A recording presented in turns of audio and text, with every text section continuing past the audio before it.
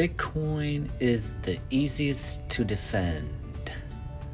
Nyojong, welcome. Wherever you are in the world, welcome.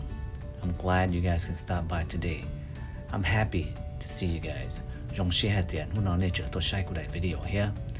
Today, I would like to talk about how easy it is to defend Bitcoin.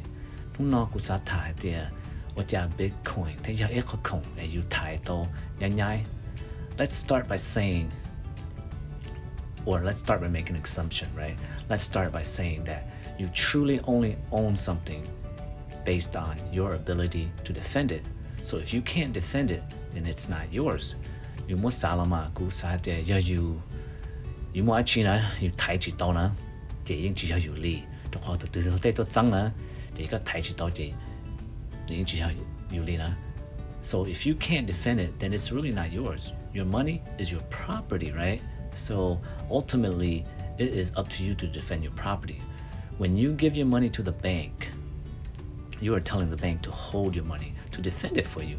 There's a cost associated with it and risk associated with it. Your home is only your home if you can defend it. If men with guns came by and you couldn't defend it, then it is no longer your home. In America, we have a legal system and police to defend our home, but there are many places out in the world where there's no legal system or police to help them defend their money or their property. This is where Bitcoin really shines and becomes utility. Again, I want to make the argument that Bitcoin is the easiest form of property for you to defend in all aspects. You don't need a legal system to defend your Bitcoins. You don't need to pay for a title to say that you own Bitcoin.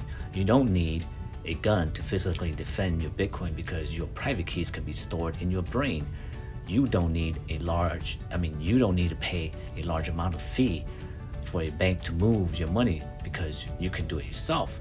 To transfer a large amount of money like $1 million using your bank or to move a large amount of gold from one country to another is very, very hard to do. With Bitcoin, you can store your $1 million in your head with your private key and walk across the border to another country and no one would ever know. You can store that private key to $1 billion and then just give it to somebody else and no one would ever know. Again, I think I may have said this before, but the key innovation of Bitcoin is that it detaches itself from private property rights, from the legal system and the monopoly on violence. You don't need a legal system.